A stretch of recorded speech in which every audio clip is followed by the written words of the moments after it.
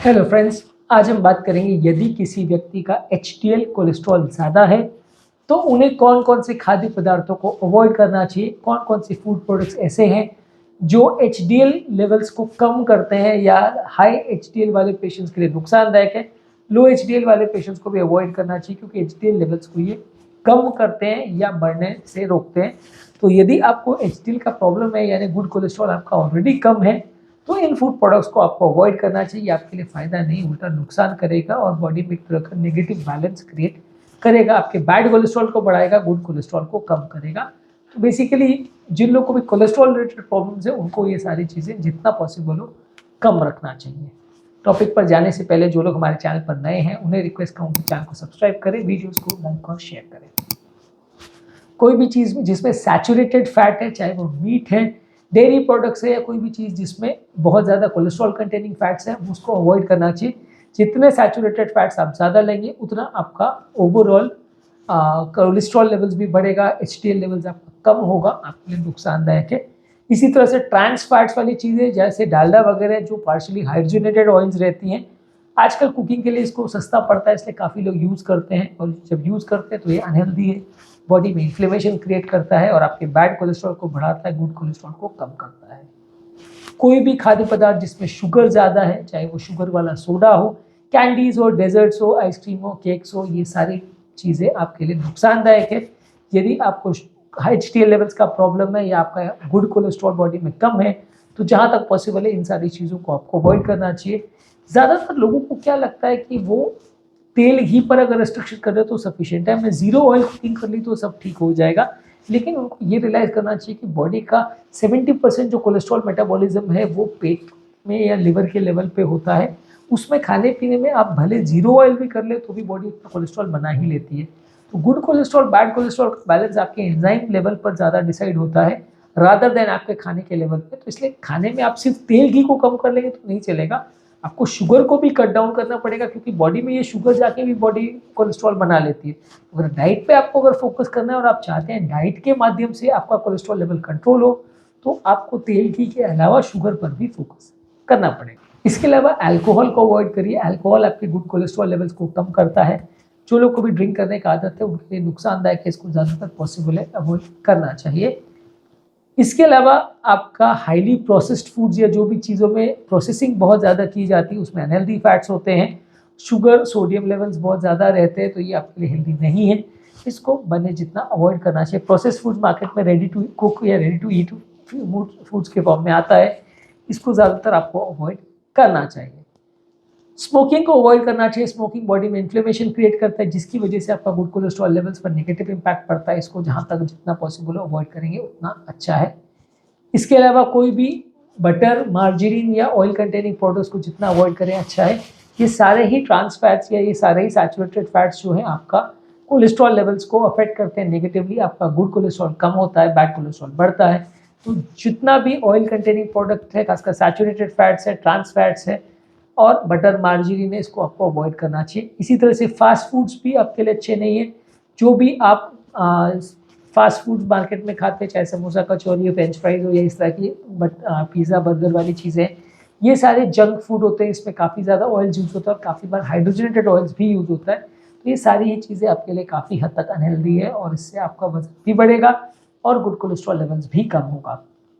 इसके अलावा processed meets जो कि वेस्टर्न और कॉन्टिनेंटल ब्रेकफास्ट का काफ़ी इंपॉर्टेंट पार्ट होता है, इसमें सॉसेजेस, हॉट डॉग्स, बेकन ये सब आता है।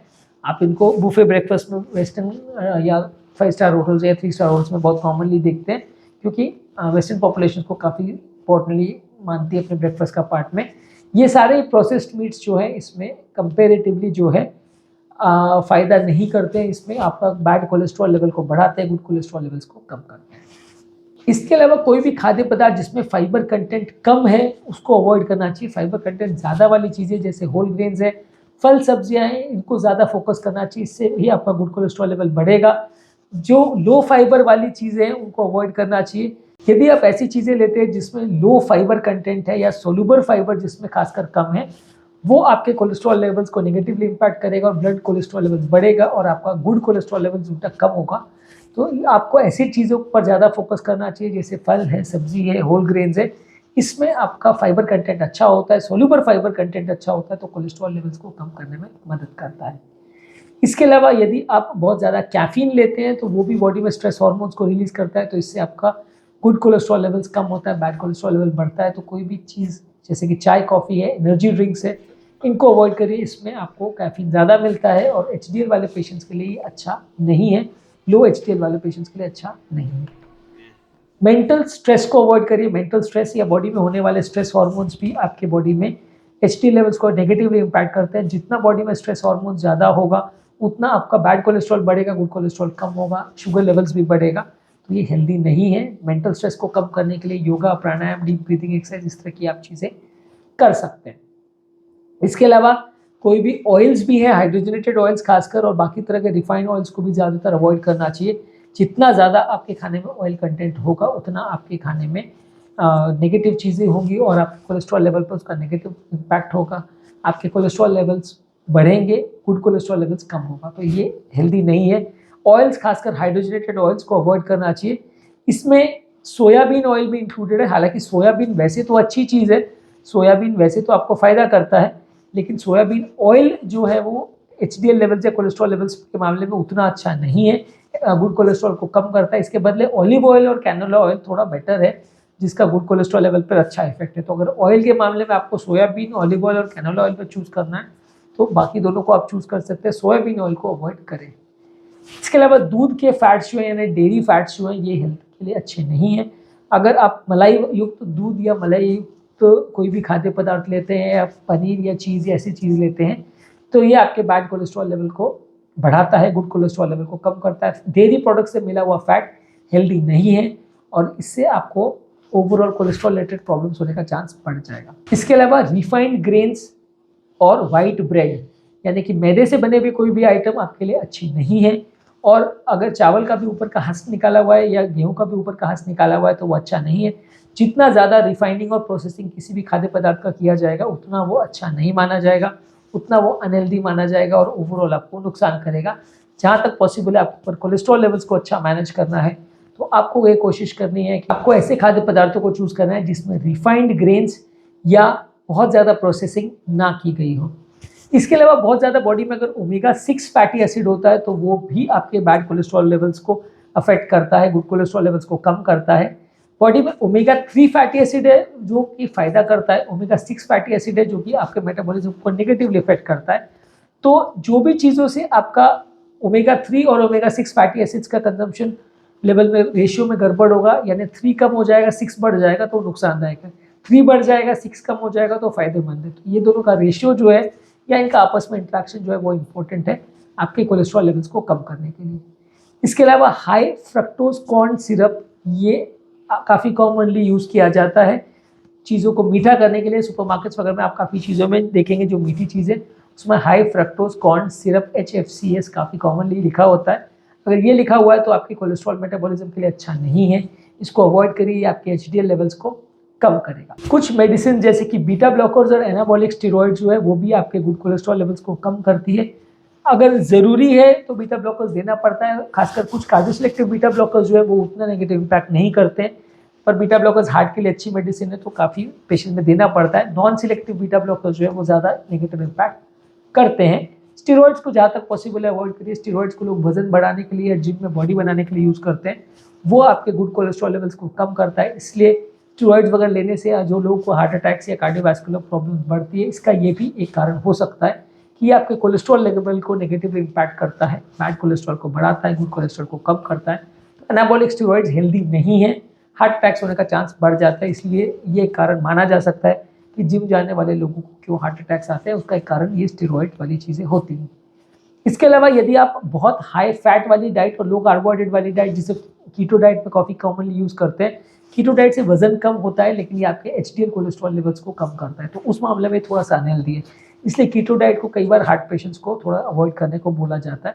अनलेस पेशेंट बहुत ज़्यादा मोटा हो, उसको वजन कम करना आवश्यक है तो वो करना चाहिए, लेकिन कीटो डाइट वाले पेशेंट्स के लिए थोड़ा सा HDL लेवल्स का कम हो सकता है, ऐसा देखा गया है। इसके अलावा यदि आपके खाने में कोई वैरायटी नहीं है, आप खाने को बार बार चेंज नहीं करते, मोनोटोनस अगर खाना खाते हैं तो इससे भी आपका कंपेरेटिवली कोलेस्ट्रॉल लेवल्स पर नेगेटिव इम्पैक्ट पड़ता है। आपका बैड कोलेस्ट्रॉल लेवल बढ़ेगा, गुड कोलेस्ट्रॉल लेवल कम होगा। वैरायटी होनी चाहिए चीज़ों में, अलग अलग तरह के फल सब्जी और चीज़ों को ट्राई आप करते रहोगे तो इससे आपका हेल्थ पे बेनिफिशियल इफेक्ट रहेगा। तो यदि आपको अच्छा कोलेस्ट्रॉल लेवल्स को मेंटेन करना है तो खाने को रेगुलर बेस पे चेंज करना चाहिए। एक रेनबो डाइट का कॉन्सेप्ट है, उसमें ये दिखाया गया है, उस पर भी मैंने एक सेपरेट वीडियो किया, उसमें दिखाया गया है कि अलग अलग तरह की फल सब्जियाँ आपको खानी चाहिए, अलग अलग कलर की सब्जियाँ खानी चाहिए। कभी रेड लिया, कभी येलो लिया, कभी पर्पल लिया, कभी जो भी कलर्स अवेलेबल हैं आपके पास, उस पर अगर आप चेंज करते रहोगे तो अलग अलग फूड प्रोडक्ट्स में अलग अलग तरह के एंटीऑक्सीडेंट तत्व और अलग अलग तरह के विटामिन और मिनरल्स होते हैं जो कि आपको फ़ायदा करते हैं। इसलिए मोनोटोनस एक तरीके का खाना मत खाइए, खाने में वैरायटी लाइए, उसको चेंज करते रहिए। इससे भी आपके ओवरऑल कोलेस्ट्रॉल मेटाबॉलिज्म में फ़ायदा होगा। बहुत ज़्यादा यदि कोई कैलोरियाँ लेते हैं, बहुत ज़्यादा खाना पीना अगर खाते हैं, बहुत ज़्यादा वज़न जिनका ज़्यादा होता है उनका भी कोलेस्ट्रॉल लेवल्स पे नेगेटिव इम्पैक्ट पड़ता है। तो यदि आपको अपना वज़न कम कर सकते हैं आप, तो उससे भी आपका कोलेस्ट्रॉल वैल्यू बेटर होगा। वज़न कम करने के लिए आपको लो कैलोरी का खाना खाना है। एक्सेसिव कैलोरी आप खाएंगे तो नेगेटिव इम्पैक्ट आपके कोलेस्ट्रॉल मेटाबॉलिज्म पे पड़ेगा। इसे आपको हर हालत में अवॉइड करना है। जितना वज़न ज़्यादा होगा उतना कोलेस्ट्रॉल आपका गड़बड़ होगा। इसके अलावा कोई भी खाद्य पदार्थ जिसमें कोलेस्ट्रॉल ज़्यादा है, जैसे एग योक, ऑर्गन मीट्स, ये सब को अवॉइड करिए। ये सब का नेगेटिव इम्पैक्ट होगा आपके एचडीएल लेवल्स पे। हाई कोलेस्ट्रॉल वाली चीज़ों को आपको अवॉइड करना है। ऑयली फूड पर हमने ऑलरेडी बात की। इसके अलावा भी एनिमल मीट्स हैं या कोई भी और खाद्य पदार्थ हैं जो कोलेस्ट्रॉल ज़्यादा रखते हैं, वो आपको दिक्कत करेंगे।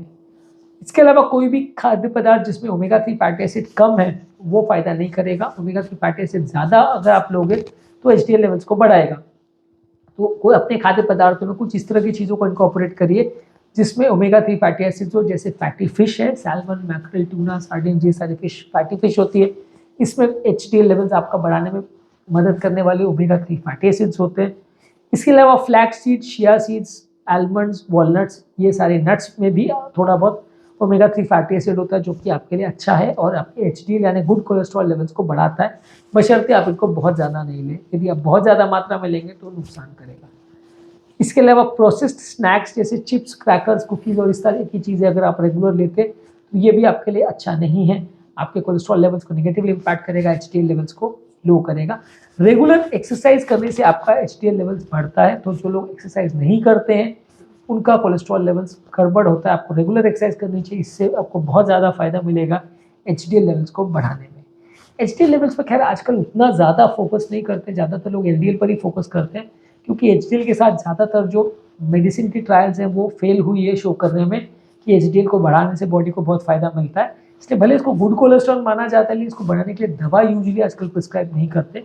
डाइट और एक्सरसाइज से ही और ये सारी चीज़ों का ध्यान रख के इसको बढ़ाने की आपको हिदायत दी जाती है क्योंकि एचडीएल कोलेस्ट्रॉल को टारगेट करने वाली मेडिसिन उतना फ़ायदा नहीं करती। तो अगर आपका एचडीएल कोलेस्ट्रॉल लेवल्स कम है तो ये सारे खाद्य पदार्थ जिसको आज मैंने वीडियो में इस बारे में बात करी उनको आपको अवॉइड करना चाहिए, लाइफस्टाइल को चेंज करना चाहिए। तो आपको एचडीएल कोलेस्ट्रॉल लेवल यानी गुड कोलेस्ट्रॉल लेवल को बढ़ाने में मदद मिलेगी। उम्मीद करूँगा कि आज के टॉपिक में आपको कुछ नई बातें जानने को मिली होगी। जो लोग हमारे चैनल पर नए हैं उन्हें रिक्वेस्ट करूँगा कि चैनल को सब्सक्राइब करें, वीडियोज़ को लाइक और शेयर।